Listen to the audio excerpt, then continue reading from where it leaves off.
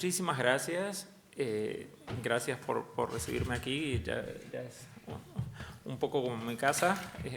Yo voy a hablar, bueno, como dijeron, yo soy arquitecto y básicamente trabajamos fundamentalmente el desarrollo urbano de las ciudades americanas entre el siglo XIX y mitad del siglo XX, y de ese tema es el que voy a hablar. Voy a hacer el orden distinto al que figura en el título. Voy a hablar primero de Buenos Aires. Elegí estas tres ciudades porque tienen desarrollos muy diferentes. En el mismo periodo tienen desarrollos muy diferentes. Si uno tomando el siglo XIX como conjunto, ahí tienen ese primer mapa que ven a la izquierda de 1817 de la ciudad de Buenos Aires, donde se ve que a 5 cuadras de la plaza empieza el campo. O sea, hay las manzanas que salen dibujadas en rojo no quiere decir que tuvieran esa densidad completa, pero sí al menos estaban ocupados los 4 frentes. O sea, había construcciones contiguas en los 4 frentes. A más de 4 cuadras ya eso no existía, y a 10 cuadras era campo. A 1 kilómetro de la plaza fundacional era abiertamente campo. Y eso, 100 años más tarde, es una metrópoli de dimensiones que eran infrecuentes en el mundo, digamos, naturalmente no en América, pero en el mundo directamente, que es este dibujo fantástico que se hizo para la exposición del canal de Panamá, la Panama Pacific, en 1915.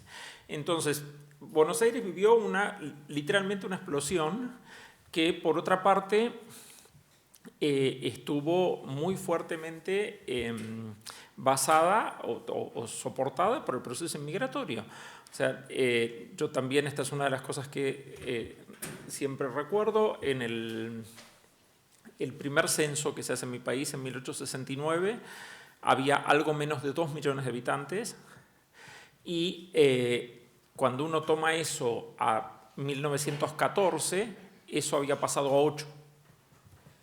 O sea, eso quiere decir que son proporciones que son inimaginables. Eso querría decir que España en los próximos 40 años tendría que recibir 150 millones de personas. Esa sería la situación. O mi país también, que también somos 50. Estamos en condiciones mentales de asumir la idea de que en los próximos 40 años vienen 150 millones de personas que no vienen aquí. Bueno, eso generó un lugar que aún cuando yo lo conocí estaba repleto. Cuando yo lo conocí 40, 50 años después de que pasó eso, cuando yo era pequeño, casi todo el mundo hablaba con acento. Había muy poca gente que no tuviera un acento foráneo, porque eran todos de otro lugar, efectivamente. De distintos lugares, pero de otro lugar, en última instancia. Y ese contraste se da con un lugar que era extraordinariamente pobre, porque la ocupación durante el periodo colonial tenía solamente interés geopolítico. Nosotros no podíamos producir nada útil para la corona, y era solamente intentar frenar el avance portugués. No había ninguna otra cuestión. El virreinato se crea en fines del siglo XVIII, y la única fuente de ingresos de la ciudad era el contrabando. No había otra. El contrabando del comercio justamente del monopolio de comercio con la metrópoli. Como estábamos tan lejos, y por otra parte es una ciudad que tiene una forma o sea, no tiene calado, entonces los barcos tienen que quedar muy lejos y es muy fácil para contrabandear, porque las cosas luego entran en botes muy pequeños, y además era la única fuente de riqueza, burlar el contrabando, burlar el comercio con la metrópoli y poder introducir. Eso era lo único que hacía. Ahora, ¿cómo es que se produce? Vamos a ver algunos de los ejemplos de este cambio. Hasta 1822, después de la independencia, esa era la Plaza Mayor, y de hecho el edificio que ven a la derecha inconcluso es la catedral, la última edificación de la catedral, digamos la primera catedral. Las primeras catedrales eran unas modestísimas construcciones de barro y paja. En el siglo XVIII, que es cuando empieza a haber edificios que puedan ser considerados arquitectura, se proyecta la nueva catedral, y cuando llega la independencia no se había construido la fachada todavía. Esa pintura que ustedes ven ahí, pueden ver que el edificio no tiene la fachada, tiene un muro que simplemente cierra uno de los tramos de arco, pero no se construyó la fachada, que efectivamente hubo distintos proyectos, pero nunca llegaron a hacerse. Vino la independencia en 1810 y seguía así, y incluso después de la independencia se mantuvo en esa situación hasta 1822. En el 22 se contrata a un arquitecto francés que hace una réplica del Palais Bourbon que se acababa de hacer 15 años antes. O sea, quiero decir, pasamos de tener un edificio de barro y paja inconcluso durante siglos a tener una réplica de un edificio que se había hecho en París hace 15 años. Digamos, es como una especie de giro copernicano que se basa en que a partir de la independencia de España lo que surgió fue una virtual dependencia del Imperio Británico y lo que pasó en el medio fue la revolución industrial y la posibilidad de ahí sí de proveerle materias primas a la industria británica. Entonces, Argentina, que no servía para nada para la corona española, servía para mucho para la corona británica y previo genocidio de la población nativa que quedaba en el lugar, la clase alta se apropió de la tierra y empezó a producir materiales para productos agrícolas para ser exportados, básicamente. Y eso genera una explosión de riqueza de proporciones mineras, digamos, como lo que pasa cuando se descubre algún producto de esas naturalezas. Entonces, bueno, ahí vemos el fenómeno, la transformación en la catedral. Este es otro caso que es el Cabildo.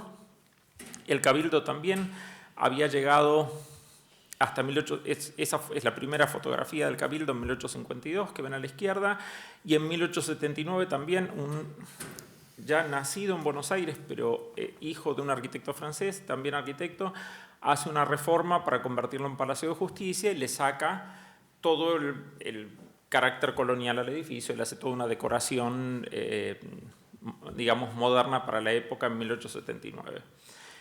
Y es eso que le agrega la torre, o sea, toda la transformación que ustedes ven ahí, agranda la torre, hace toda esa construcción. Ahora, eso, reforma que se hace en 1879, va a durar 10 años, porque en 1889 se decide abrir una gran avenida, como si fuera aquí la Vía Layetana, y se demole. La cosa que se había construido 10 años antes, o sea, el proceso de transformación era tan acelerado que se hizo un nuevo edificio moderno y a los 10 años se lo tiró abajo inmediatamente. Se produce esa demolición del edificio, del cual queda un pedazo, digamos, pero bueno, se demuele totalmente para generar esta avenida nueva, que es la avenida moderna de Buenos Aires a partir de ese momento. Avenida que, por otra parte, naturalmente, como cruzaba el centro de la ciudad, destruyó lo único menos malo que había de arquitectura colonial, que estaba ubicado en el centro, naturalmente.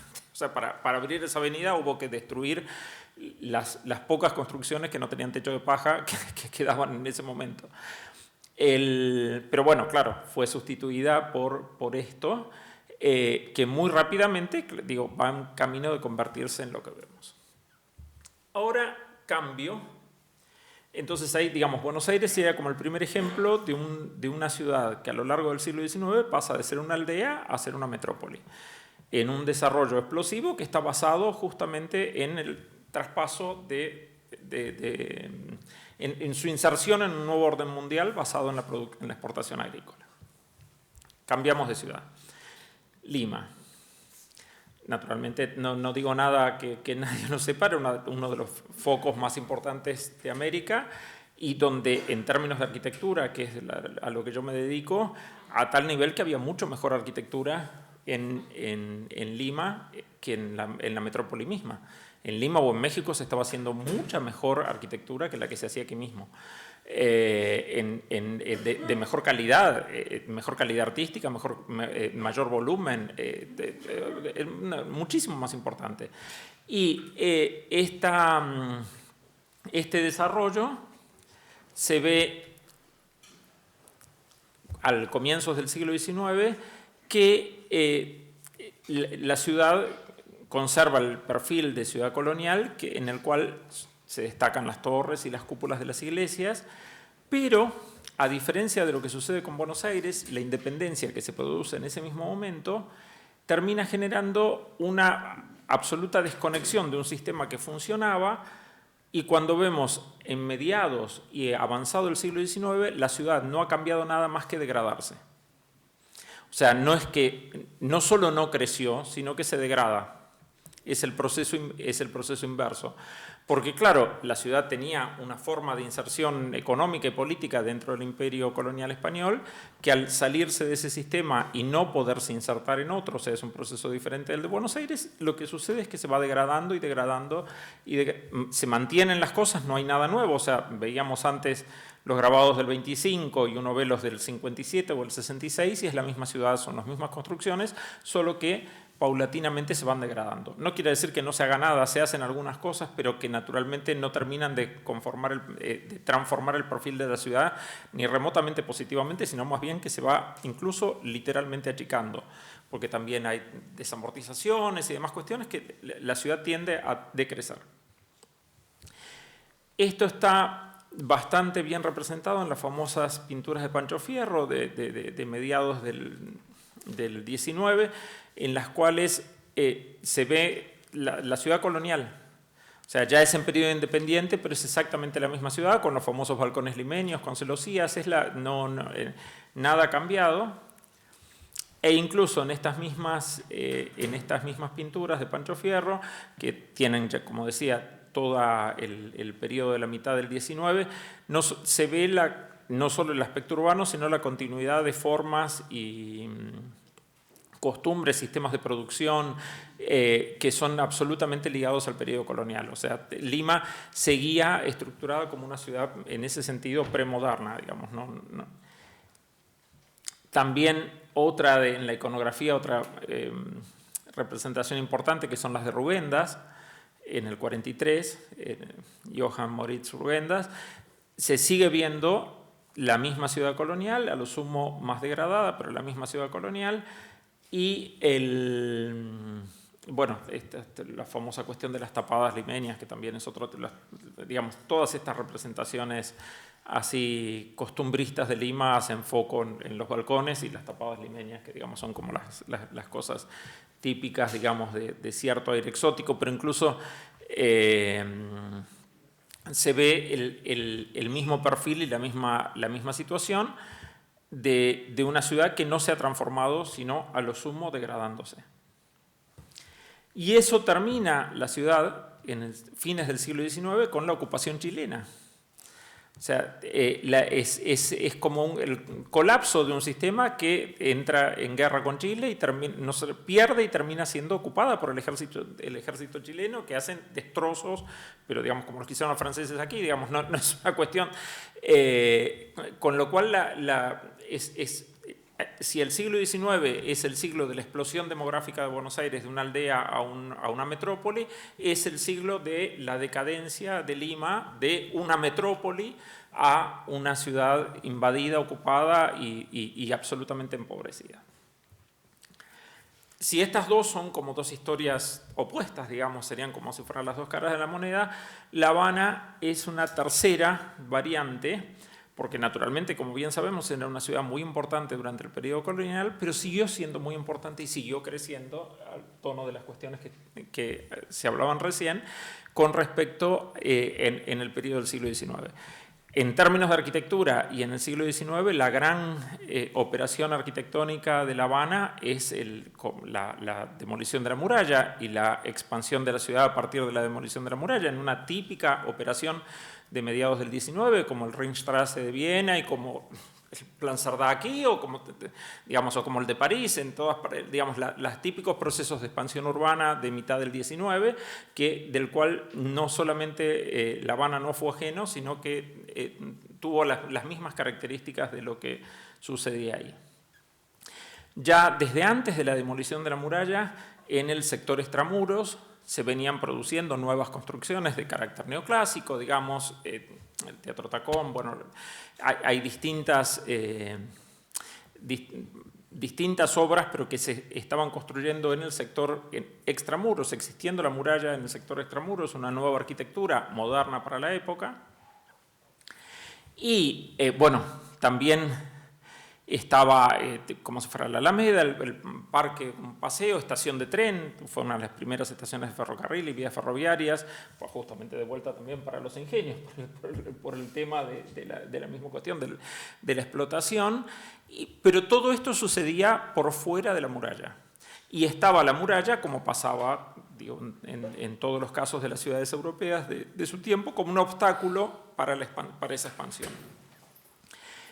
En el 63, entonces, es que se hace el plan para la demolición de la muralla y la generación de esta franja, que se llama reparto. En La Habana se le llama el reparto, que es justamente esa gran franja urbana que se repartió y se destinaron para los nuevos programas y para el nuevo desarrollo. Y se abren manzanas, digamos, a diferencia de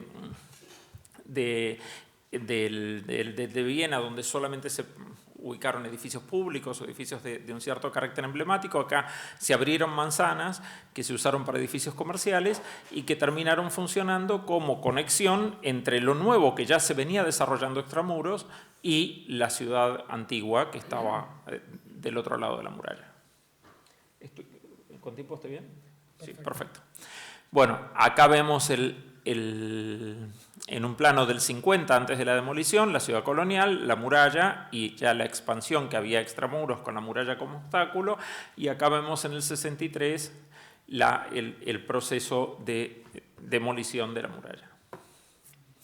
Entonces, en el mismo año 63, y a partir de justamente ese reparto se empiezan a producir todas las nuevas infraestructuras y todas las nuevas arquitecturas que se generaban en ese lugar. En principio los hoteles, ¿no?